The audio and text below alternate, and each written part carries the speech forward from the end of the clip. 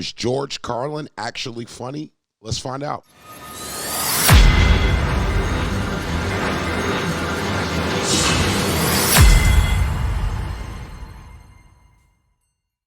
This channel is all about giving the legends their flowers, all right? Before we get into this reaction for George Carlin, I wanted to give a 5-second moment of silence.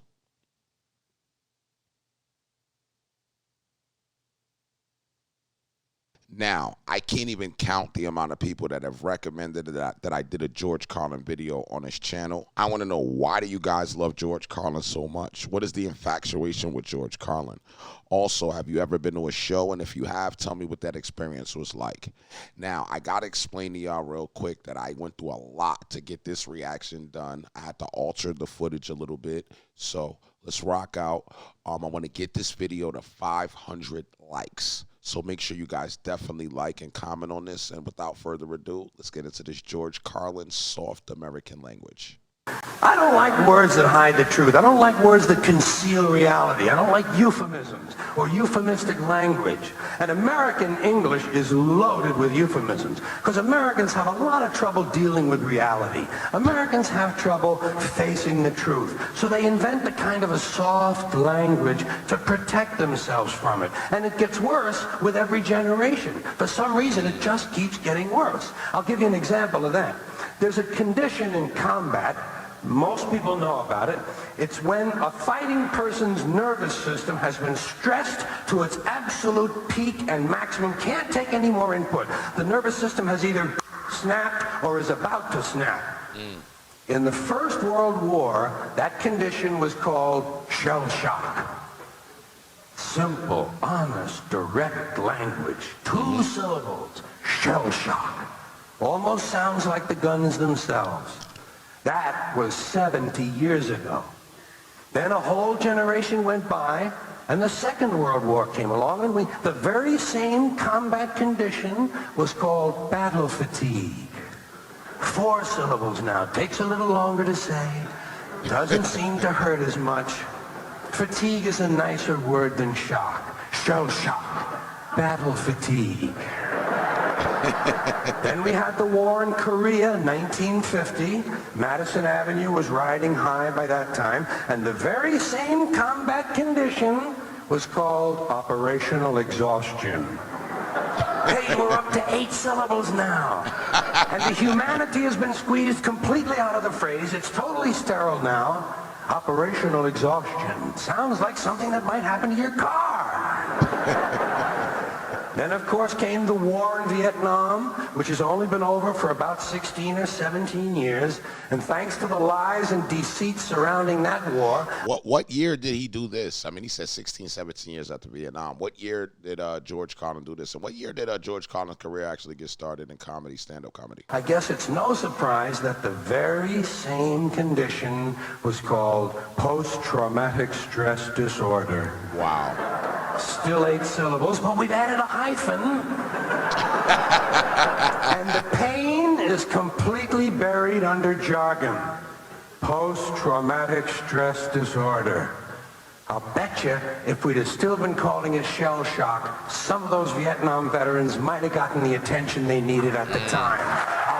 Wow. Wow. See, you know, I'm happy to actually be watching this because, you know, a real comedian can take a situation and break it down for you and teach you something while he does it. George Carlin is teaching us.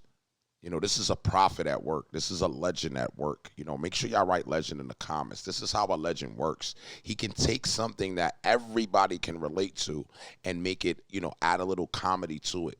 And at the end of the day, I feel like comedy is alive, and I feel like we need to take the lines off of comedy and let people say what they want to say when they're on that stage. Shout out to you, George. It's definitely shout out to you.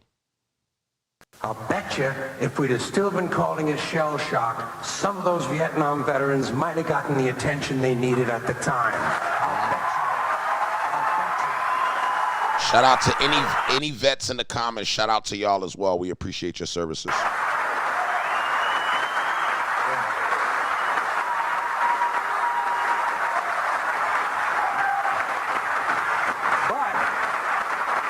But it didn't happen. And one of One of the reasons is because we were using that soft language, that language that takes the life out of life. And it is a function of time. It does keep getting worse. Give you another example. Sometime during my life, toilet paper became bathroom tissue. I wasn't notified of this. No one asked me if I agreed with it. It just happened. Toilet paper became bathroom tissue. Sneakers became running shoes. False teeth became... Quick question. Do you call them tennis shoes or sneakers? Because I know we got a lot of different people from a lot of different places. Let us know your city and let us know what you call them. I call them sneakers. I'm from the East Coast. Dental appliances. Medicine became medication. No one asked me if I agreed with it. It just happened. Toilet paper became bathroom tissue. Sneakers became running shoes. False teeth became dental appliances. Medicine became medication. Information became directory assistance. The dump became the landfill. Car crashes became automobile accidents. Partly cloudy became partly sunny. Wow. Motels became motor lodges. House trailers became mobile homes. Wow. Used cars became previously owned transportation. That's crazy. Room service became guest room dining. And constipation became occasional irregularity. When I was a little kid, if I got sick, they wanted me to go to the hospital and see the doctor. Now they want me to go to a health maintenance organization. Wow. Or a wellness center to consult a health care delivery professional. Poor people used to live in slums. Now the economically disadvantaged occupy substandard housing in the inner cities. And they're broke. They're broke. Wow. They don't have a negative cash flow position. They're fucking broke. Because a lot of them were fired. You know, fired. Management wanted to curtail redundancies in the human resources area. So many people are no longer viable members of the workforce. Smug, greedy, well-fed white people have invented a language to conceal their sins. It's as simple as that. The CIA doesn't kill anybody anymore. They neutralize people. Or they depopulate the area. The government doesn't lie, it engages in disinformation. Yeah. The Pentagon actually measures nuclear radiation in something they call sunshine units. Israeli murderers are called commandos. Arab commandos are called terrorists. Contra killers are called... Yo, he is going there, and you need comedians like them to go there, man. You really do. He is going there. See, it's another thing to, like, you know, educate people. I mean, it's another thing that, you know, make people laugh, but to educate people at the level that he's doing it, and with just lackluster attitude. It's just like, you need to know this information, and he's filling you in, you know. He is beyond his time. He was beyond his time, you know what I mean? And wow, I'm just so fortunate that I didn't get to get with him when he was around, but you know, I'm definitely going to be reacting to him more on this channel. Contra killers are called freedom fighters. Well, if crime fighters fight crime, and called commandos. Arab commandos are called terrorists. Contra killers are called freedom fighters. Well, if crime fighters fight crime and firefighters fight fire, what do freedom fighters fight? They never mention that part of it to us, do they? Never mention that part of it. That's deep. That's deep. And some of this stuff is just silly. We all know that. Like on the airlines, they say they want a pre-board. Well, what the hell is pre-board? What does that mean? To get on before you get on? They say they're going to pre-board those passengers in need of special assistance. Cripples. Simple, honest, direct language. There's no shame attached to the word cripple that I can find in any dictionary. No shame attached to it. In fact, it's a word used in Bible translations. Jesus healed the cripples. Doesn't take 7 words to describe that condition. But we don't have any cripples in this country anymore. We have the physically challenged. Is that a grotesque enough evasion for you? Wow. How about differently abled? I've heard them call that differently abled. You can't even call these people handicapped anymore. They'll say, we're not handicapped, we're handy-capable. These poor people have been bullshitted by the system into believing that if you change the name of the condition, somehow you'll change the condition. Well, hey, cousin, doesn't happen. Doesn't happen. Yeah, I love this man's logic, bro. I just really, really love his logic. I really do. Doesn't happen. We have no more deaf people in this country, hearing impaired. No one's blind anymore, partially sighted or visually impaired. We have no more stupid people. Everybody has a learning disorder. Or he's minimally exceptional. How would you like to be told that about your child? He's minimally exceptional. Oh, thank God for that. Psychologists actually have started calling ugly people those with severe appearance deficits. Oh, my God. It's getting so bad that any day now I expect to hear a rape victim referred to as an unwilling sperm recipient. Oh, my God. He's right. Yo, words do matter. Words do have an impact, and I think that if how you present words to the culture is how people accept it. You know what I mean? If you, like YouTube, there's certain words you just can't say, so you now you know it's something that'll get you banned and take away your monetization. You're not gonna say, but words do matter, and how you alter a word.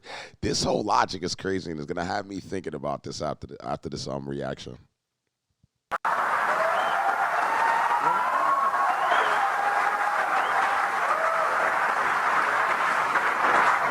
And we have no more old people in this country. No more old people. We shipped them all away.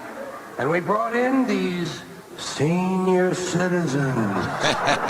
Isn't that a typically American 20th century phrase? Bloodless, lifeless.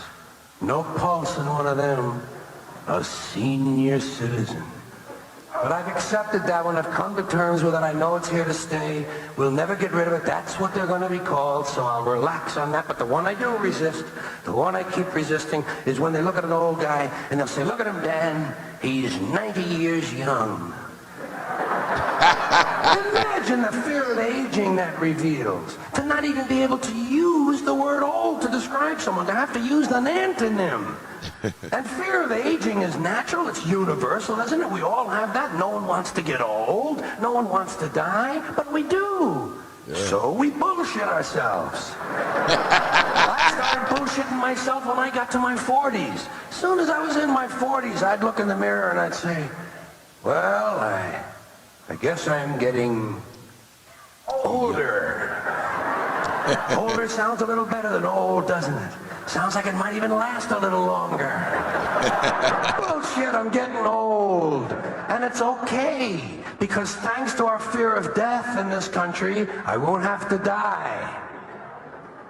I'll pass away.